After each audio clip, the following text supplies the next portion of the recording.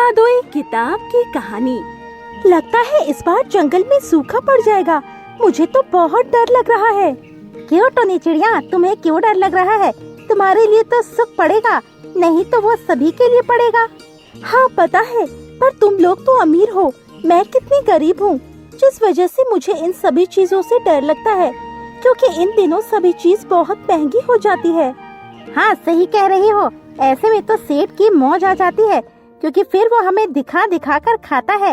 वैसे कालू कौवा बहुत ही कंजूस है, उससे जितना खड़ूस मैंने कोई नहीं देखा।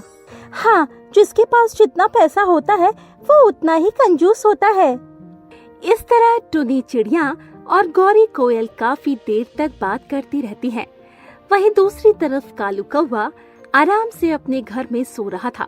वो बहुत पैसे वाला था, जिस वजह से सभी लोग उसे सेठ करके बुलाते थे, पर शोर की वजह से उसकी नींद अच्छी तरह पूरी नहीं हो पाती थी। हे भगवान, यहाँ कितना शोर है! इस तरह तो मेरी नींद कभी भी पूरी नहीं हो पाएगी। मुझे इन लोगों से बात करनी चाहिए। और ये कहकर कालू कौवा पंछियों के पास पहुँच जाता है और उन लोगों से कहता है, तुम लोग इतना ज्यादा शोर क्यों मचाते हो? तुम लोगों की वजह से मैं सो भी नहीं पाता हूँ। तुम लोग ये जंगल छोड़कर चले क्यों नहीं जाते? अरे ये जंगल तुम्हारा तो अकेला नहीं है, ये जंगल हम सभी का है, तो हम लोग जंगल छोड़ के क्यों जाएं? तुम चले जाओ ना। अच्छा, मैं यहाँ का सबसे अमीर आदमी हूँ, मैं जो चाहे वो कर सकता हूँ। देखना, मैं पूरे जंगल को खरीद लूँगा, फिर तो तुम्हें जाना ही पड़ेगा। हाँ हाँ देखेंगे, तब की तब देखी जाएगी, अभी तुम जाओ। इसके बाद कालू कौवा अपने घर चला आता है। उसके पास एक शिकारी चील था जो उसकी गुलामी करता था। वो बहुत गरीब था, जिस वजह से उसे कालू कौवा की गुलामी करनी पड़ती थी, पर वो कालू कौवा से अक्सर गुस्सा होता रहता था, क्योंकि वो उस पर ज्यादा ही हुक्म चलाया करता था। जब देखो तो मुझ पर हुक्म चलाता रहता है। वो तो ये बहुत ज्यादा पैसा वाला है, वरना इस आदमी की औकात पता चल जाती है। एक ही पंचे में इसका काम तमाम हो जाता है। हे भगवान, चील होने के बावजूद भी मैं इतना गरीब क्यों हूँ? इसके बाद वो अपने काम पर लग जाता है। धीरे धीरे समय गुजर रहा था। एक बार जंगल से मोहन नाम का आदमी गुजरा, पर उसके बैग से एक किताब निकलकर गिर पड़ती है, पर मोहन इस बात पर ध्यान नहीं देता और वो वहाँ से चला जाता है।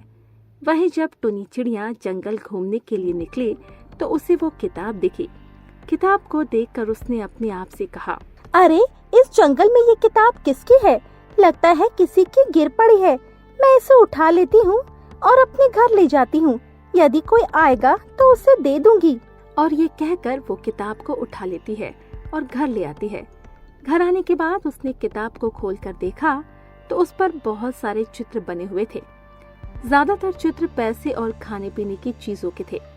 उन्हें देखकर उसके मन में भी कलाकारी करने का मन आया और उसने उसी में रखी हुई पेंसिल से एक फल का चित्र बनाया। फल का चित्र बनाते ही उसके पास वही फल आ जाता है, जिसे देखकर टुनी चिड़िया बहुत हैरान होती है। अरे ये कैसे हो गया? ये फल मेरे पास कैसे आ गया? ये फल तो मैंने किताब में बनाया था। कहीं ऐसा तो नहीं कि ये जादुई किताब हो? और ये सोचकर वो फिर से उसमें एक फल बनाती है, जिससे उसके पास फिर से वही फल आ जाता है। ये देखकर टुनी चिड़िया बहुत खुश हो जाती है। उसके पास एक जादुई किताब है। उसने उस जादुई किताब की मदद से बहुत सारे पैसे बनाए, जिससे वो बहुत अमीर हो गई। पर उसे पता था, अगर इस किताब के बारे में किसी को पता लग गया तो वो इसे चुराने की कोशिश जरूर करेगा। इसीलिए उसने उसे छुपा कर रख दिया। जब बाकी पंछियों ने टुनी चिड़िया को इतना अमीर देखा तो उससे कहा, अरे टुनी चिड़िया, तुम इतनी अमीर कैसे हो गई? अरे ये सब तो मेरी पूर्वजों की संपत्ति है, जिस वजह से मैं इतनी अमीर हो गई हूँ, और कोई बात नहीं है। पर पंछियों को उसकी बात हजम नहीं हुई। वहीं जब कालू कौवा ने टुनी चिड़िया को इतना अमीर देखा तो उसके मन में भी शक पैदा हुआ कि आखिर ऐसा क्या टुनी चिड़िया के पास आ गया जो वो इतनी अमीर हो गई। और उसने जाबाज चील को उसकी जासूसी करने के लिए लगा दिया। घर आने के बाद टुनी चिड़िया ने जादुई किताब को निकाला और अपने आप से कहा, यदि ये जादुई किताब ना होती तो मैं इतनी अमीर ना हो पाती। जब जाबाज चील ने ये सुना तो उसने कालू कौवा को सारी बात बता दी। टुनी चिड़िया के पास जादुई किताब है जादुई किताब की बात सुनकर कालू कौवा के मन में लालच आ गया और उसने उससे किताब को चुराने के लिए कहा।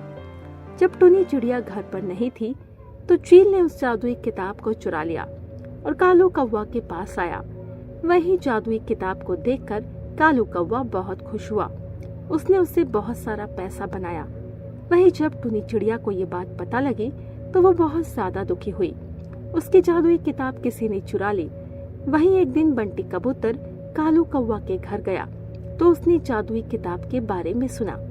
जादुई किताब के बारे में सुनने के बाद वो उल्टे पांव ही वहां से लौट आया और उसने जंगल में सभी पंछियों को बता दिया। अरे भाइयों, कालू कौवा के पास जादुई किताब है। जब ये बात टुनी चिड़िया को पता लगी तो वो बहुत ज्यादा परेशान हुई, क्योंकि उसे पता था कि कालू कौवा बहुत ज्यादा लालची है और वो इसका दुरुपयोग कर सकता है। तभी वहाँ पर मोहन आ जाता है और उसने उन पंछियों से कहा, अरे पंछियों, क्या तुमने मेरी किताब देखी है? मेरी एक किताब जंगल में गिर पड़ी थी, वो बड़े ही काम की है। क्या आप जादुई किताब की बात कर रहे हैं? अरे तुम लोगों को कैसे पता वो किताब जादुई थी? क्योंकि वो कालू कौवा के पास है और वो बहुत ही लालची है। वो आपकी किताब का दुरुपयोग कर सकता है। अच्छा, ऐसी बात है, तुम चिंता मत करो। क्या तुम मुझे कालू कौवा का घर बता सकते हो? इसके बाद पंछियों ने मोहन को कालू कौवा का घर बता दिया। कालू कौवा के घर पहुँचने पर मोहन ने उससे कहा, ये जादुई किताब मेरी है, इस किताब को मुझे दे दो। नहीं, ये मेरी किताब है। तुम कौन होते हो इस पर हक जताने वाले? चील, इसे बताना तो ये इसकी किताब है। हाँ, ये मेरे मालिक की किताब है। तुम झूठ बोल रहे हो। अभी रुको, मैं तुम दोनों को बताता हूँ कि ये किसकी किताब है। और ये कहकर मोहन ने एक डंडा उठाया और उन दोनों को मारने लगा, जिससे कालू कौवा और चील वहाँ से भाग गए और मोहन अपनी जादुई किताब लेकर चला गया। मोहन के जाने के बाद कालू कौवा वहाँ आया और उसने चील से कहा, अरे चील, जादुई किताब तो हमारे हाथ से चली गई, अब हम लोग क्या करेंगे? अभी कालू कौवा ये सब बात कर ही रहा था, तभी अचानक उसके घर में आग लग जाती है, जिससे उसका सारा सामान जल जाता है और कालू कौवा बिल्कुल गरीब हो जाता है, जिसे देखकर चील ने कहा, मुझे नहीं पता क्या करना है आपको, और अब मैं आपकी गुलामी नहीं कर सकता, क्योंकि अब आप भी गरीब हो गए हो। ये तुम क्या कह रहे हो? तुम्हारा दिमाग तो ठीक है। हाँ, मेरा दिमाग ठीक है। यदि ज्यादा बात करोगे तो अभी खा जाऊंगा। ये सुनकर कालू कौवा चुप हो जाता है और चील वहाँ से चला जाता है। वहीं अब जंगल के सारे पंछी बहुत खुश थे कि कालू कौवा उन्हीं की तरह गरीब हो गया है। तो हमें इस कहानी से यही सीख मिलती है कि हमें कभी भी किसी चीज पर घमंड नहीं करना चाहिए।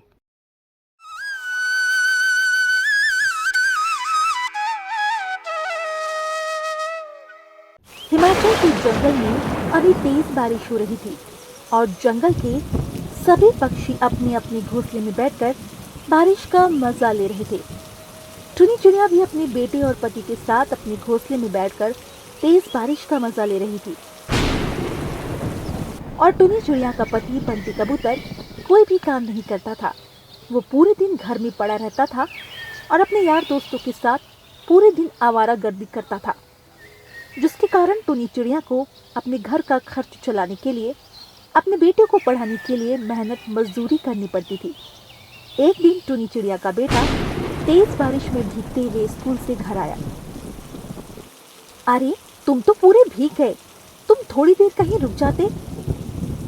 मैंने बहुत इंतजार किया, लेकिन बारिश रुकी नहीं और मेरे सारे दोस्त अपने अपने घर चले गए। मैं अकेले वहाँ पर खड़ा था, इसीलिए मैं भी आ गया। ये बारिश भी हम गरीबों को ही सताता है, पर पैसे वालों के लिए बारिश का दिन मज़े का दिन है, लेकिन हम गरीबों के लिए एक दिन काटना मुश्किल हो जाता है। माँ, मेरे सभी दोस्तों के पास छतरी है, आप मेरे लिए भी एक छतरी ला दीजिए ना, उसके बाद मैं कभी भी इस तरीके से घर नहीं आऊँगा। हाँ बेटा, मैं अगले महीने ला दूँगी।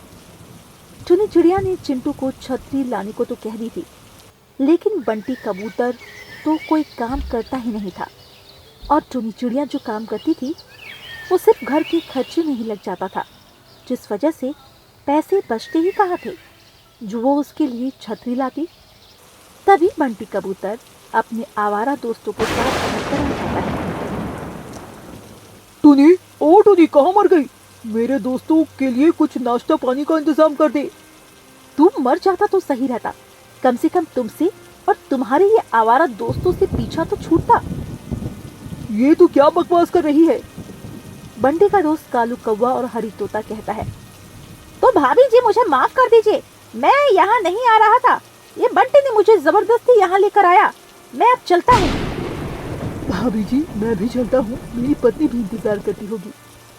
इतना कहकर बंटी कबूतर का दोनों दोस्त वहाँ से चला जाता है। वो दोनों के जाने के बाद टुनी चिड़िया गुस्से से बंटी कबूतर से कहती है, तुझे अपनी बेटी की फिक्र नहीं है, लेकिन मुझे तो है। पूरा दिन कालू कौवा और हरी तोता के साथ घूमते रहते हो, तुम्हें बिल्कुल भी शर्म नाम की चीज नहीं है क्या? बंटी कबूतर उसने टुनी को गुस्से में जोर से थप्पड़ मार दिया। तुम्हें बिल्कुल भी शर्म नहीं आती क्या? मेरे दोस्तों के सामने मेरी बेइज्जती कर दी, अब क्या इज्जत रह जाएगी मेरे दोस्तों के आगे? जैसे कि वो बहुत बड़ा अफसर है आपके दोस्त, जैसे आपके दोस्त लोग बेरोजगार हैं और आप भी उसकी संगत में रहकर कोई काम धंधा नहीं कर रहे हैं। बंटी कबूतर और टुनी चिड़िया दोनों आपस में लड़ाई करते हैं। दूसरी तरफ उनका बेटा चिंटू भी अपने पिता के इस व्यवहार से हमेशा सहमा रहता था। फिर अगले दिन, सुनी जी मॉनसून जोर पर है, हर दिन भयंकर बारिश हो रही है। तो मैं क्या करूं? बारिश में बारिश नहीं होगी तो क्या लू चलेगा?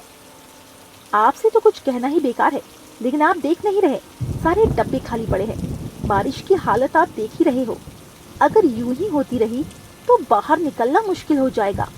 इसलिए मैं चाहती हूँ कुछ राशन खरीद कर रख लिया जाए ताकि आगे दिक्कत ना हो। टुनी चिड़िया की बात सुनकर बंटी कबूतर को बहुत गुस्सा आया, लेकिन उसने सोचा अगर वो इस समय गुस्सा करेगा तो वो गुस्सा उसके ऊपर भारी पड़ जाएगा, क्योंकि वो डरता था कहीं गुस्से में टुनी चिड़िया उसको घर से ना निकाल दे।